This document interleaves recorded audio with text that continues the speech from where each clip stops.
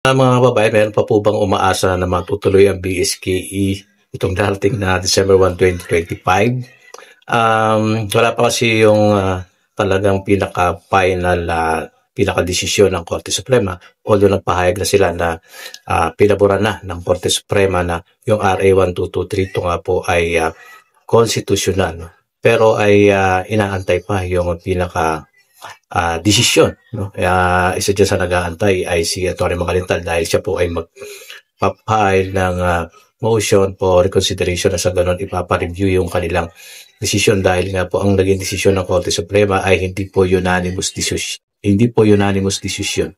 No, ang desisyon po ay majority lamang po. Merong nagboto ng no at meron pong dalawang hindi pumoto. No, nagpanalo sa constitutionality ay 8 justice, no? So majority, hindi unanimous. So sa tinitingnan ni Atty. Makalintal ay baka meron pa siyang pag-asa.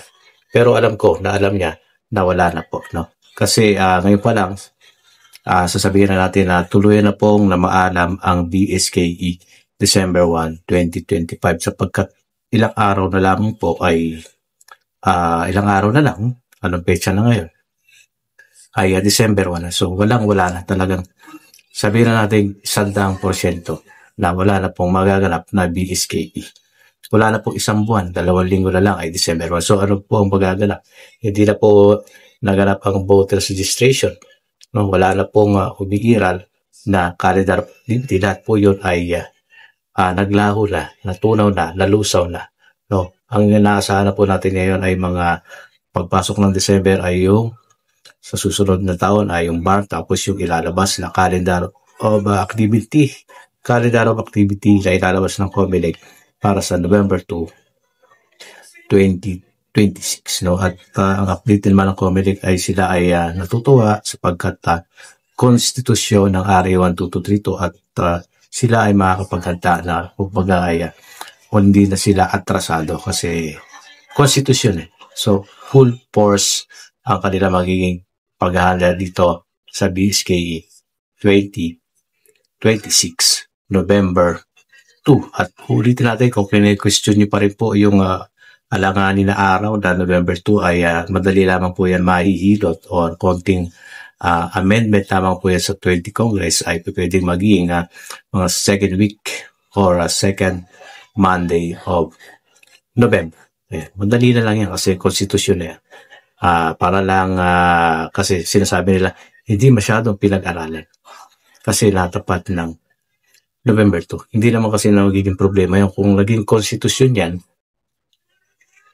konting amyenda lang yan at mamove lang yung petsa para hindi matapat sa holiday na All Souls Day November 2. Kasi kung titignan din naman merong hindi komportable sa November 2 kasi nga holiday. Araw yan ng para pagbisita no sa pag-alala sa ating mga kamag-anak, mahal sa buhay na yumao. So pwede tignan yan sa 20 Congress para maurong lamang ng bahagya. Malamang yan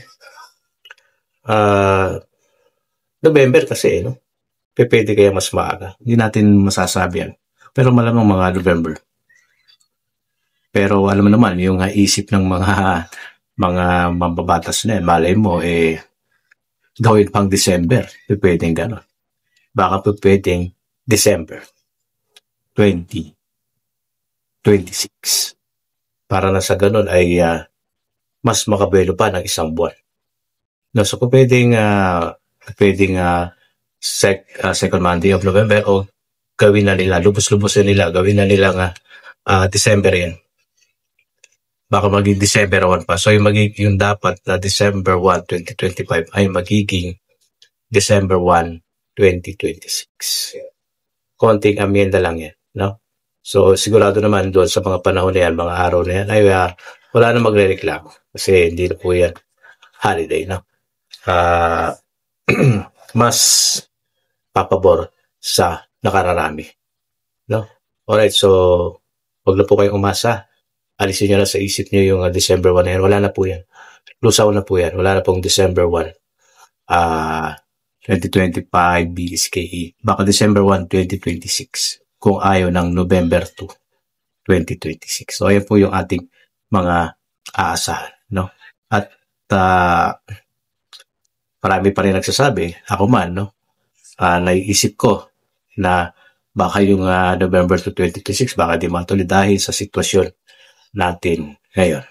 Pero isang taon pa lilipas, habang walang nagaganap na BSKE, no? Sa mga aspirante, gamitin nyo yan, no? Gamitin nyo na yung pagkakataon na yan. At tignan nyo sa inyong mga barangay na baka sa 2026, alamin nyo, no? Kung ilan ang magpipilis contract na kagawad, parang gano'n, kumbaga ilan ang mababakante. Kasi baka yung iba dyan, mga last termer na, no? Last term na, hindi na po pwedeng kumandidato. So, malay nyo, may mga bakante niyan, mga 3, 4, no? Malaki yung pagkakataon yung manalo. Kasi kung halimbawa lahat yan ay hindi pa last termer, no? Pupunuin pa nila yung kanilang 3 terme, no? Kasi 3 terms nga mahirapan kayo manalo. Yan, tip, no? At itutuloy natin yung tip na yan para sa mga aspirante sa susunod. Malaking bagay para kayo ay manalo. Mga dapat ninyong gawin. Bangan ninyo yan. No, so, ganito na lang. May maikling update lang tayo ngayon. Wala ng BSK 2025. Purahin nyo na sa isip nyo na yan. Next year na tayo. Ayan ang paghahandaan. Pwedeng November 2 or sa December 1. Okay, so maraming salamat. Hanggang dito na lang pa-share ng video, comment, subscribe. God bless po.